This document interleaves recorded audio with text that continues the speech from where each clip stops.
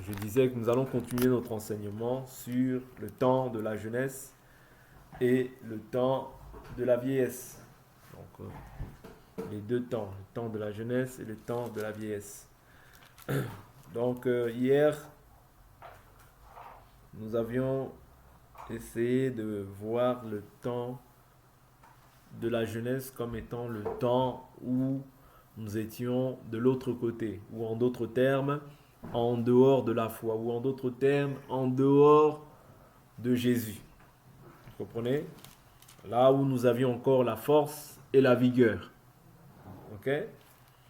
Donc quand nous avons encore cette force et la vigueur de pouvoir marcher dans le péché, tu peux comprendre que cette personne peut avoir 80 ans, 90 ans, vous voyez?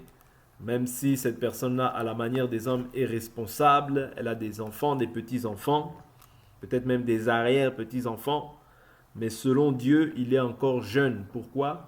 Parce que cette personne-là n'a pas encore mis un terme à son ancienne vie. Est-ce que vous comprenez? Donc il est encore mort quant à l'esprit, mais vivant simplement quant à la chair. Ok? Donc le temps de la jeunesse, c'est ça. C'est quand chacun dirige ses pas comme il l'entend. Quand chacun dirige ses pas comme il le veut, et non pas selon Dieu. Est-ce que vous comprenez? C'est ça qu'on appelle le temps de la jeunesse. Est-ce que vous comprenez? Le temps de la jeunesse, comme je l'ai dit, tu peux être âgé en âge, tu peux avoir de l'âge, mais cela ne définit pas ta vieillesse. Ouais. Cela ne définit pas la vieillesse. Parce que selon Dieu, la vieillesse s'acquiert au travers de la sagesse. Ouais. Je prends une écriture, Proverbe chapitre 16, verset 31. La Bible nous dit, les cheveux blancs sont une magnifique couronne. C'est sur la voie de la justice qu'on la trouve. Est-ce que vous comprenez? C'est sur la voie de la justice qu'on trouve cela. C'est-à-dire, on ne trouve pas les cheveux blancs parce que tu peux voir une personne avec beaucoup de cheveux blancs. Cela ne fait pas de lui ou de cette personne une personne sage. Non. Ouais. Cela ne fait pas de lui une personne qui a les cheveux blancs. Mais celui qui a les cheveux blancs selon Dieu, c'est le vieillard, c'est celui qui a mis un terme à la vie du péché. Ouais. Or, le vieillard, l'ancien des jours, c'est le Saint-Esprit. C'est-à-dire que quand toi tu as le Saint-Esprit, tu deviens maintenant un vieillard. C'est-à-dire que tu es fatigué. Tu es maintenant chargé. Vous comprenez? Un vieillard, c'est celui qui est fatigué. C'est celui qui, euh, euh, qui ne sait plus marcher, vous voyez, selon lui-même, mais il doit maintenant s'appuyer sur un autre. Vous voyez? D'où, comprenez, que lorsque Jacob, Dieu l'a frappé, vous voyez, à la cuisse, il a démis sa cuisse, maintenant il devait s'appuyer. Je vous prends cette écriture rapidement. Quand Dieu a combattu Jacob, souvenez-vous, c'était le... Je prends une écriture, Genèse 34, qui va aussi nous permettre de nous aider. Qui va nous aider, Genèse 35. Genèse 35, verset 1. Non, pas verset 1. Genèse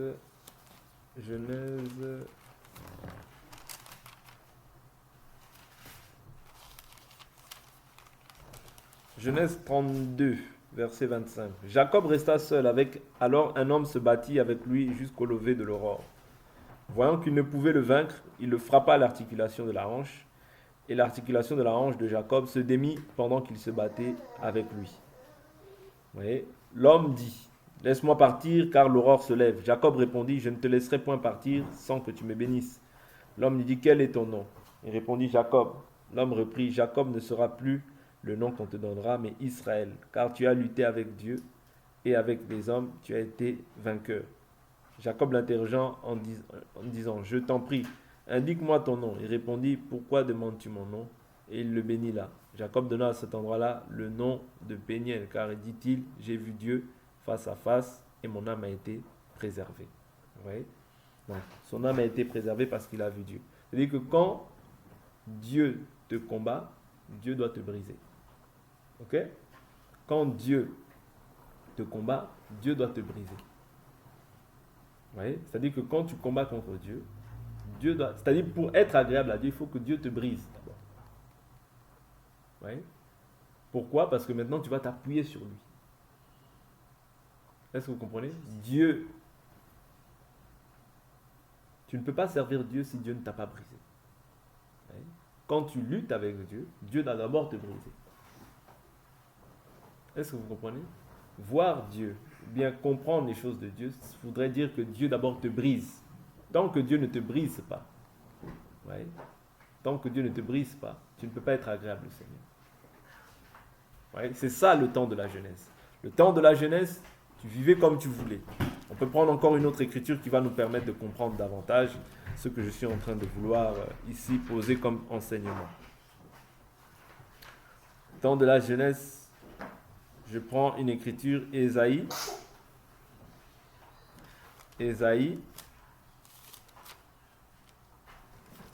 Ésaïe, chapitre 53. Ésaïe 53. On peut prendre rapidement Ésaïe 53.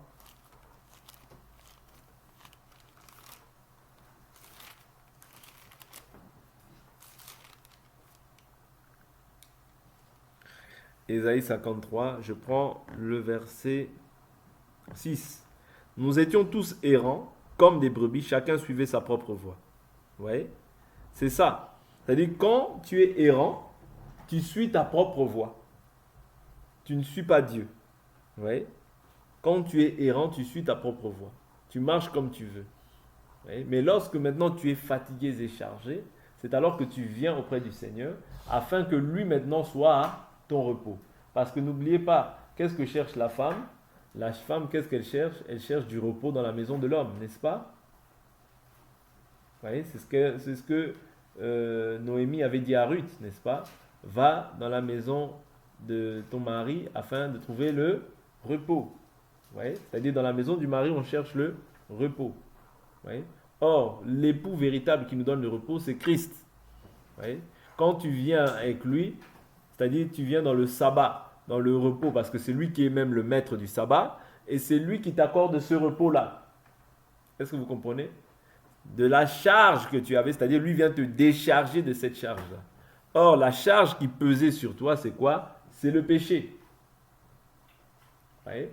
Voilà pourquoi quand tu viens en lui, c'est-à-dire quand tu viens en Christ, qu'est-ce qu'il te fait? Lui, sa part, c'est maintenant d'effacer, vous voyez, la charge qui pesait sur toi. C'est-à-dire les condamnations, les malédictions. Vous voyez? Toutes ces choses dans lesquelles, toutes ces choses qui planaient sur ta vie, qui étaient sur ta vie. Voilà pourquoi l'Écriture nous dit, il a effacé l'acte qui nous condamnait et dont les ordonnances nous étaient contraires. Il a livré publiquement les principautés, les autorités, en triomphant de comment? Par la croix. Vous comprenez? C'est-à-dire que par la croix, il a triomphé et par la croix, il t'accorde maintenant le repos à toi, qui était chargé, qui était fatigué. Vous voyez? C'est-à-dire que le repos n'est pas accordé à tout le monde. Le repos est accordé à ceux seulement qui sont fatigués et chargés. Si tu n'es pas fatigué, tu n'es pas chargé, il n'y aura point de repos pour toi.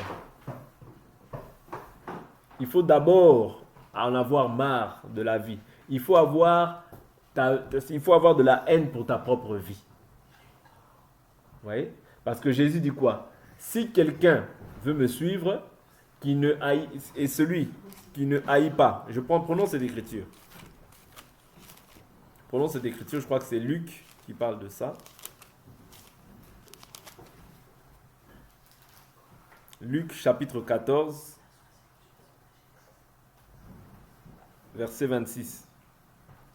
Si quelqu'un vient à moi, et s'il ne hait pas son père, sa mère, sa femme, ses enfants, ses frères, ses sœurs, et même sa propre vie, il ne peut être mon disciple. Est-ce que vous comprenez?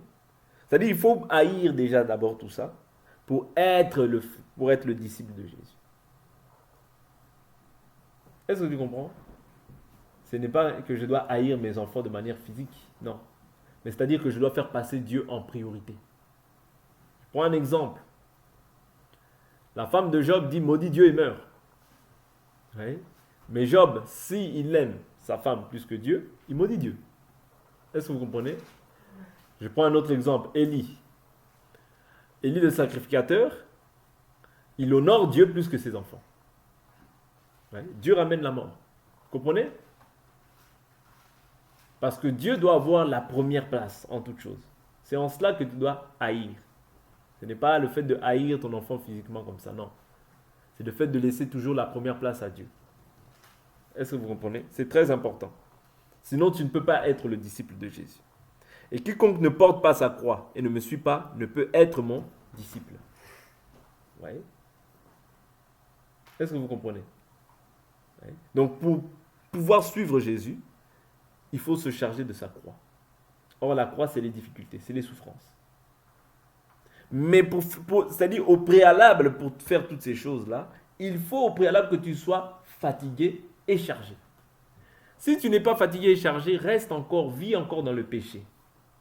Je te conseille de vivre dans le péché parce que là, tu ne pourras pas supporter en fait de vivre réellement la sainteté si tu n'es pas encore fatigué avec les boîtes de nuit. Si tu n'es pas encore fatigué d'aller draguer les filles. Si tu n'es pas encore fatigué d'aller de faire toutes ces choses-là, les vols et les mensonges, tout ça. Si tu n'es pas fatigué de ces choses-là, tu ne peux pas servir Jésus. Tu ne peux pas être le disciple de Jésus. Le disciple de Jésus doit même haïr sa propre vie. Est-ce que vous comprenez? C'est-à-dire ta vie, tu ne la considères plus. Mais tu considères maintenant les intérêts du royaume.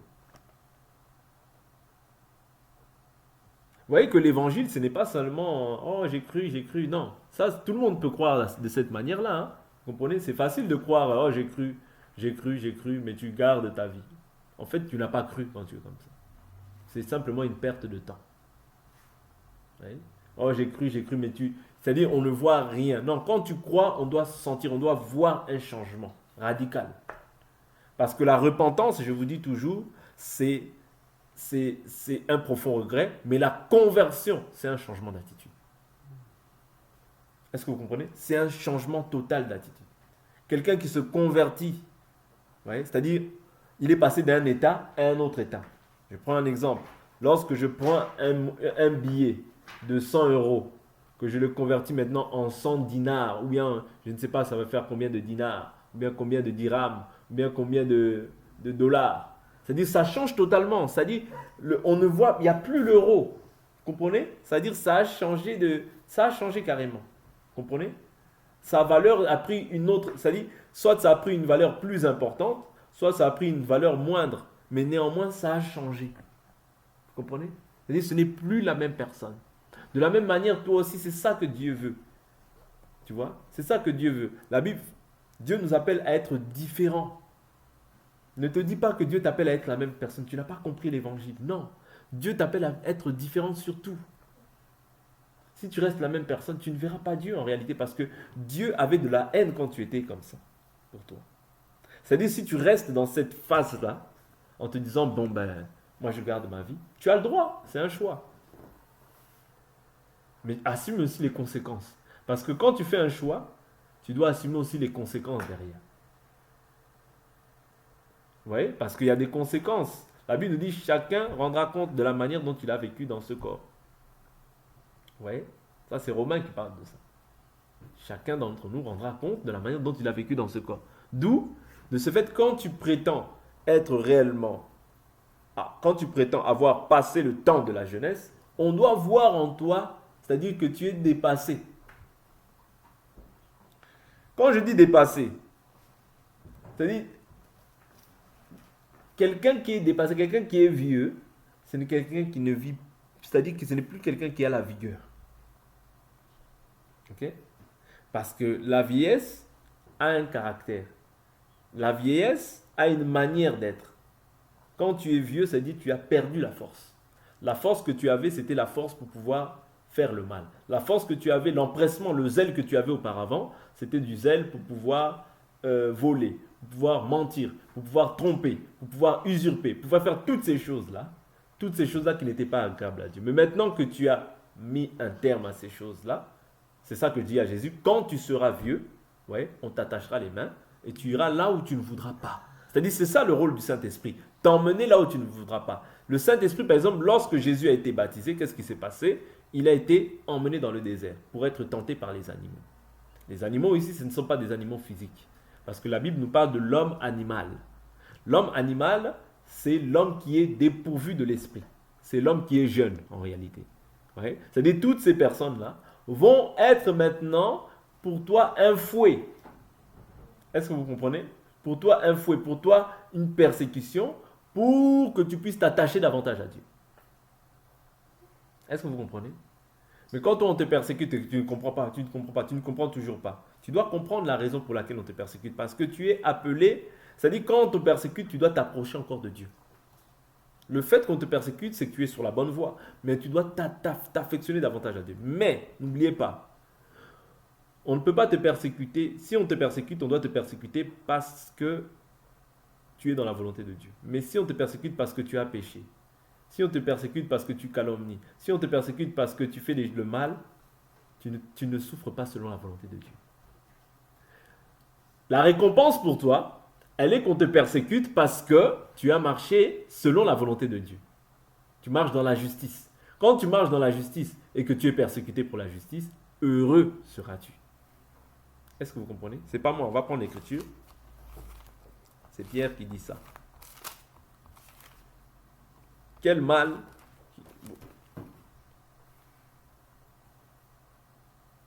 Voilà. 1 Pierre 4, 15, l'écriture dit quoi? Même 14. Si vous êtes outragé pour le nom de Christ, vous êtes heureux, car l'Esprit de gloire, l'Esprit de Dieu repose sur vous. Que nul de vous ne souffre comme meurtrier, comme voleur, comme malfaiteur ou comme se mêlant des affaires d'autrui. C'est-à-dire, si tu souffres selon c'est-à-dire comme voleur, comme meurtrier, comme voleur, comme malfaiteur ou comme se mêlant des affaires d'autrui, là, tu ne souffres pas selon la volonté de Dieu. Tu te mêles des affaires des autres, après tu souffres, après tu viens dire, oui, je suis persécuté parce que je suis chrétien. Faux. Est-ce que vous comprenez? Mais si tu es persécuté alors que tu n'as rien fait, gloire à Dieu. Vous voyez? Mais la Bible nous dit, mais si c'est comme chrétien, qu'il n'enregistre pas, qu'il glorifie plutôt Dieu à cause de ce nom. Vous voyez? C'est-à-dire qu'il y a une manière de souffrir pour un chrétien. C'est quand tu souffres pour la justice. Quand tu souffres parce que tu marches droit. Quand tu souffres parce que tu veux t'efforcer à garder la sainteté. Quand tu souffres parce que tu veux t'efforcer à marcher dans la justice. Là, tu souffres selon Dieu.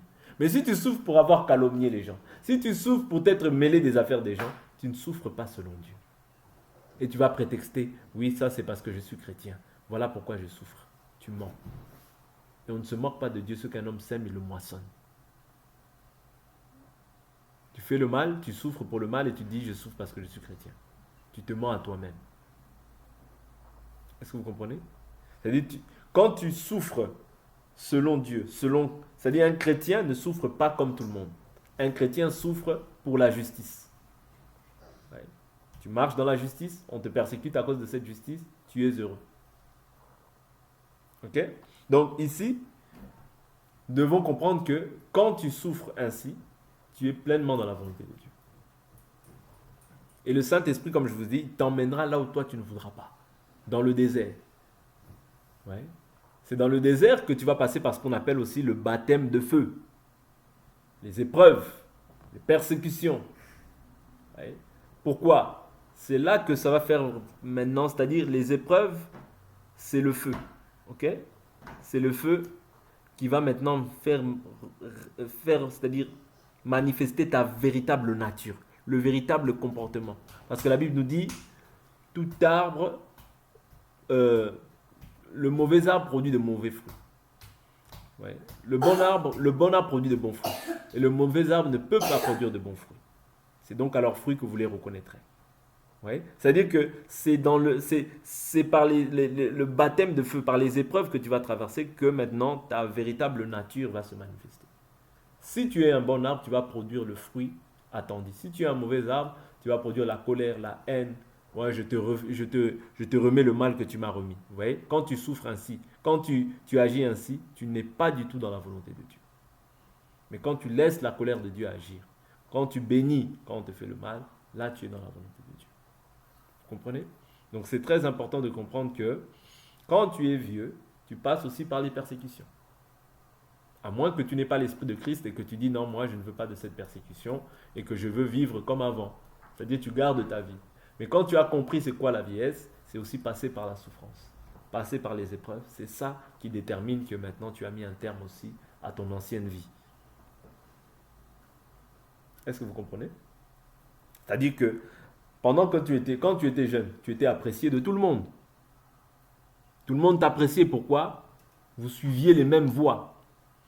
Vous étiez dans les mêmes débordements de débauche. Dans les mêmes choses, vous étiez. Calomnie, tu étais première de la classe. Injure, première de la classe. Convoitise, première de la classe. Mais maintenant, ce que Dieu veut détruire en toi, c'est ça. Que Dieu veut combattre en toi, c'est ça. Voyez? N'oubliez pas, Jésus dit, le prince de ce monde vient, il n'y a rien de lui en moi. Or, quand tu étais sous l'emprise du prince de ce monde, c'est ce que tu manifestais. C'est les fruits que tu manifestais, des fruits pour la mort. Voyez? Parce qu'en réalité, le jeune, c'est celui qui produit le fruit pour la mort. Mais le vieux, c'est celui qui a mis un terme à tout ce qui est de la mort et celui qui veut marcher maintenant selon Dieu. Voyez? C'est-à-dire marcher selon Dieu, c'est s'opposer à beaucoup de principes de ce monde, du moins.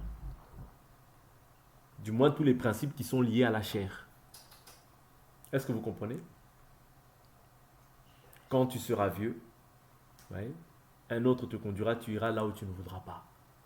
Le désert dans lequel nous sommes, c'est là où on va voir réellement ton caractère. C'est là où on va voir réellement si tu es un enfant de Dieu. Un enfant de Dieu, on ne le voit pas simplement quand tout va bien. Non. Un enfant de Dieu, on le voit aussi quand tout va mal. Même si ça va mal, mais toi, tu dois être comme cette femme-là. Je crois que c'est la femme de Sunem qui a perdu son enfant. Quand elle a perdu son enfant, son mari l'arrête. Qu'est-ce que ce n'est pas sabbat, ce n'est pas ceci. Où est-ce que tu vas? Non, tout va bien. Vous comprenez? C'est-à-dire qu'il faut que tout aille bien. Même quand ça va mal, toi, déclare de ta bouche que tout va bien et tu avances. Tu avances parce que Jésus nous a promis les persécutions. Ouais. Jésus nous a promis les persécutions. Il a dit, vous aurez des persécutions dans ce monde, mais prenez courage, moi j'ai vaincu le monde. C'est-à-dire que quand toi maintenant tu as accepté Christ, tu te charges de ta croix. La croix, c'est les souffrances. Ne te dis pas que tu es dans l'évangile et que les gens vont t'apprécier. Non, ça c'est un faux évangile. D'ailleurs, si tu veux la jouer comme ça, Dieu, c'est-à-dire les mêmes gens que tu apprécies, Dieu va susciter en eux un esprit pour maintenant te combattre par la suite. Voilà pourquoi reste toujours dans la volonté de Dieu. Reste toujours avec Dieu. Ne cherche pas à te conformer parce que si tu es véritablement un enfant de Dieu, Dieu va tout faire pour que tu puisses marcher selon sa volonté. Les mêmes gens que tu affectionnes, c'est ces mêmes gens-là que Dieu va susciter aussi un esprit en eux pour qu'ils puissent te haïr. Voilà pourquoi reste intransigeant avec la parole. Reste du côté de la parole. Dieu est le Dieu de tout esprit, de toute chair. Est-ce que vous comprenez? Dieu est le Dieu de tout esprit, de toute chair. Le même Dieu qui peut faire aussi que les gens t'apprécient, c'est le même Dieu aussi qui peut faire que les gens te détestent. Est-ce que vous comprenez? C'est très important. Hein? Voilà pourquoi c'est ça qui doit te pousser à te dire non, je fais la volonté de Dieu. Même si cela peut déranger les autres. Même si cela peut être contraire à ce que les gens pensent de moi. Mais tant que Dieu approuve mes voies, gloire à Dieu. Oui. Tant que Dieu approuve mes voies. Ce qui est important, c'est ce que Dieu veut. C'est ce que Dieu approuve. Ce n'est pas ce que nous approuvons. Non. Ce qui est important, c'est ce que Dieu veut. Ce n'est pas ce que les hommes veulent de toi. Parce que ce que les hommes veulent de toi, ils peuvent vouloir quelque chose de toi aujourd'hui et demain te rejeter. Mais quand Dieu fait un projet sur ta vie, la Bible nous dit, je connais les projets que j'ai formés pour vos vies, projets de paix et non de malheur, de bénédiction et non de malédiction. Est-ce que vous comprenez? Donc attachons-nous sincèrement au Seigneur. D'un cœur sincère. Sachant que, même si tu t'attaches au Seigneur, et même si tu dis, Seigneur, délivre-moi de toutes ces détresses, le Seigneur peut te délivrer de certaines détresses. Mais pour Israël, qu'est-ce qu'il a fait? Il a gardé quand même certaines nations. Comme ça, au cas où Israël se détourne, il donne encore la force à ces nations-là. Ces nations-là viennent, ils rendent Israël esclave. Quand ils rendent Israël esclave, qu'est-ce qui se passe? Israël crie à l'Éternel, nous avons péché contre toi. Pourquoi? La loi disait que quand vous désobéirez à ma loi, Dieu enverrait ces nations-là. Pourquoi? Pour les rendre esclaves. Oui. Dieu enverra des animaux. Les animaux, c'est qui? C'est toutes ces nations-là que Dieu envoie pour pouvoir les rendre esclaves. Et quand Israël sait qu'il est esclave, il sait qu'il a péché envers l'Éternel. Oui. Voilà pourquoi quand tu vois quelqu'un qui est esclave, des vêtements, esclave de ceci, esclave de cela, oui. Petit à petit, il ne sait pas, mais cette personne a commencé à se séparer de Dieu, à t'éloigner de Dieu. Parce que tu dois être esclave de Christ. Tu ne peux c'est-à-dire, il n'y a rien qui... Quand tu es esclave de Christ, c'est-à-dire tu es esclave de Christ et de personne d'autre en réalité. Voilà pourquoi la Bible nous dit toute personne est esclave du péché qui a triomphé sur lui. C'est-à-dire que quand on voit en fait quelqu'un qui est esclave, on comprend qu'il n'a pas mis un terme à tout ce qui est lié à la jeunesse. Parce que quand tu viens annoncer la liberté, tu dois toi-même être un homme libre. Tu ne peux plus être esclave de quoi que ce soit. Ouais. L'esclave ne demeure pas dans la maison, mais le fils y demeure. Si le fils vous affranchit, vous serez réellement libre. C'est-à-dire qu'il y a des gens qui disent qu'ils sont libres, mais ils ne sont pas réellement. C'est comment est-ce qu'on va le constater? Je vous l'ai toujours dit, par la manière d'être. Ouais. L'habillement de l'esclave, le vêtement de l'esclave, c'est les souillures, c'est tous les désirs de la chair. Ouais. Mais le vêtement de l'homme libre, c'est la justice, la crainte de Dieu, l'éloignement du mal. Ouais. C'est-à-dire ces deux vêtements. Nous, la Bible nous dit, revêtez-vous de Christ et ne vous mettez pas en souci de la chair pour en satisfaire quoi? Les convoitises. Vous comprenez? C'est-à-dire la chair a ses convoitises. Mais cette chair-là, en fait, les convoitises qu'elle te propose, c'est afin que tu deviennes esclave. Or, quand tu deviens esclave, tu repars dans ce qu'on appelle la jeunesse. N'oubliez pas, le but du diable, c'est quoi? C'est de te récupérer, c'est-à-dire de te récupérer dans la bénédiction dans laquelle tu es, parce que le diable, lui, est condamné. La chose qu'il cherche à faire, c'est de venir ramener les enfants de Dieu, c'est-à-dire sortir les enfants de Dieu de la bénédiction. Et quand l'enfant de Dieu désobéit, Lucifer était au ciel. Il connaît les lois du ciel. C'est-à-dire quand tu désobéis à Dieu, tu n'es plus dans la volonté de Dieu. Maintenant, le diable prend l'avantage dans ta vie. Aussi simple que ça. C'est-à-dire que quand tu désobéis à Dieu, la main de l'Éternel n'est pas courte pour sauver, mais ce sont nos péchés qui nous éloignent de toi. Ouais. C'est-à-dire le péché l'éloigne. Mais maintenant, quand tu es éloigné de Dieu, tu es la proie de l'ennemi. Est-ce que vous comprenez? Et quand tu es éloigné de Dieu, l'ennemi a l'avantage. Tu laisses l'avantage à l'ennemi. Voilà pourquoi, s'il y a une chose qu'on doit haïr, c'est le péché. Ouais, parce que le péché donne l'avantage au diable. Ouais. Et quand tu donnes l'avantage au diable, tu n'es plus dans la volonté de Dieu. Voilà pourquoi quand tu pêches, repens-toi vite. Repens-toi vite. N'attends pas, ne laisse pas les choses traîner. Non, repens-toi. Est-ce que vous comprenez? Parce que c'est ça la force d'un enfant de Dieu. C'est de ne pas laisser l'avantage au diable. Et quand tu sens que aussi tu es beaucoup animé par de la méchanceté dans ton cœur, quand tu sens que ton cœur est toujours porté vers le mal, tu dois commencer à prier sincèrement pour ceux qui te tracassent. Souvenez-vous, lorsque Bartimée a prié, il a prié par rapport à ceux qui le tourmentaient. Il n'a pas divagué dans sa prière. Non. Le Seigneur a dit, que veux-tu que je fasse? Il a dit que je recouvre la vue. C'était précis. Vous voyez? C'est que quand toi tu sais que tu as un combat qui s'élève, ce combat s'élève pour te rendre esclave. De même que quand les nations s'élevaient contre Israël, même quand Israël était dans la volonté de Dieu, c'est-à-dire il gagnait, mais le but, l'objectif, c'était pour les rendre esclaves. Est-ce que vous comprenez? L'objectif des nations, même quand Amalek s'est élevé, c'était pour rendre Israël esclave. Mais comme Israël était dans la volonté de Dieu, il dominait. Quand Israël n'était plus dans la volonté de Dieu, l'ennemi les dominait. Pourquoi? Ils avaient quelque chose de l'ennemi en eux. Est-ce que vous comprenez? Voilà pourquoi Dieu fortifiait les adversaires d'Israël et leur donnait l'autorité et directement ils devenaient esclaves. En réalité, pourquoi? Parce que l'ennemi aujourd'hui que nous avons en commun, c'est le diable. Mais les adversaires avant, c'était des adversaires physiques. Mais en fait, comme ils avaient des choses qui appartenaient aux nations, c'est-à-dire Israël emprunter les pratiques, les coutumes des nations. Ouais. C'est ceux qui faisaient qu'ils n'étaient plus dans la volonté de Dieu. De la même manière aussi, aujourd'hui, hier c'était des ennemis physiques, mais aujourd'hui l'ennemi est, c'est-à-dire c'est le diable. Le diable veut qu'il y ait la colère en toi, la haine en toi, la jalousie en toi, toutes ces choses-là. Pourquoi? Ces choses-là lui permettent de pouvoir avoir l'avantage sur ta vie. Voilà pourquoi la Bible nous dit ne vous couchez pas dans la colère. Ouais, ne donnez pas accès au diable. Ouais, la colère de l'homme n'accomplit pas la justice de Dieu. Quand tu laisses ces choses-là se manifester, la colère, la méchanceté, la haine, c'est pas bon. Faites attention. Vous voyez? C'est pas bon. Parce que nous sommes appelés à manifester le fruit de l'esprit.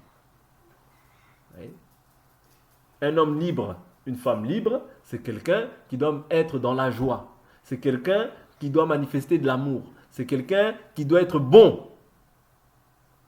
Parce que le lien de la perfection, c'est l'amour. Si tu n'as pas l'amour en toi, tu n'as que le soupçon en toi, tu n'es pas encore dans l'amour. Comprenez? Le lien de la perfection, c'est l'amour. Vous voyez? Donc, nous devons vraiment veiller sur ça, afin de ne pas nous éloigner de la récompense que Dieu nous a promise. Quand tu étais jeune, tu pouvais être esclave de toutes ces choses. Mais quand tu es vieux, tu mets un terme à ces choses-là. C'est vrai que ces choses-là peuvent venir. Parce que les ennemis d'Israël venaient toujours. Ils revenaient toujours. Ils revenaient toujours. Mais néanmoins, toi, tu dois veiller à ta vie avec crainte et tremblement. Et quand tu es debout, tu dois prendre garde de ne pas tomber. Est-ce que vous comprenez? La Bible nous dit clairement, veillez, votre adversaire, le diable, rôde comme un lion rugissant, cherchant qui dévorer. Résistez-lui comment? Ferme dans la foi. Est-ce que vous comprenez? C'est-à-dire la foi que nous confessons là, c'est pour ça que nous nous exhortons. Pourquoi nous nous exhortons? Pour affermir nos âmes dans la foi, dans la parole, afin que personne ne s'endurcisse par la séduction du péché. Parce que le péché, je vous dis, il a la possibilité de vous endurcir vis-à-vis de la parole. On te parle, ça ne te fait plus rien. Tu deviens insensible à la parole. On te parle, ça pénètre plus. C'est-à-dire, tu viens même ici, mais tu es là, bon, quand est-ce que ça se finit? Quand est-ce que ça se finit? Quand est-ce que ça se finit? C'est ça le rôle du diable. C'est-à-dire que tu deviens maintenant insensible à cette parole. Que cette parole-là, on parle, on prêche, on parle de toutes les manières, mais que ça ne te fasse absolument plus rien. C'est-à-dire, le diable est en train de faire un travail d'endurcissement de cœur dans ta vie. Pourquoi? Seulement pour te rendre esclave. On finit la prière directement, paf, t'es parti. Tu vois? C'est-à-dire ton cœur, en fait, tu étais là simplement physiquement, mais ton esprit n'est même plus là. On finit. Oui, déjà, c'est fini. Ouais. C'est-à-dire que toi, ton souhait, c'est simplement de finir. Non. Quand tu agis comme ça, sache que déjà le diable a pris une grande place dans ton cœur. N'oubliez pas, hein? Ananias et Saphira, je vais m'arrêter là. Ananias et Saphira, comment est-ce qu'ils ont été tués? Pierre leur dit, Ananias, comment Satan a-t-il rempli ton cœur? C'est-à-dire ton cœur peut être aussi rempli du désir de faire le mal. Oui. Oh non, je ne suis pas possédé. Oui, tu n'es peut-être pas possédé, mais où est ton cœur? Où est ton cœur? Oui. Que chacun d'entre nous s'examine. Où est ton cœur? Parce que là où est ton cœur, c'est là où aussi sera ton trésor. Ce qui va déterminer ce que tu es, c'est qu'est-ce qui abonde dans ton cœur. Est-ce que ce qui abonde, c'est la parole? Ou est-ce que ce qui abonde, c'est simplement les choses de la terre? Si c'est les choses de la terre, il n'y aura pas de transformation aussi extérieurement. Tu ne peux pas mentir à la loi de Dieu. Tu peux mentir, même l'apparence, tu peux mentir, mais Dieu connaît ton cœur. Amen. Donc on va s'arrêter là pour aujourd'hui. On continuera demain par la grâce du Seigneur. On va prier.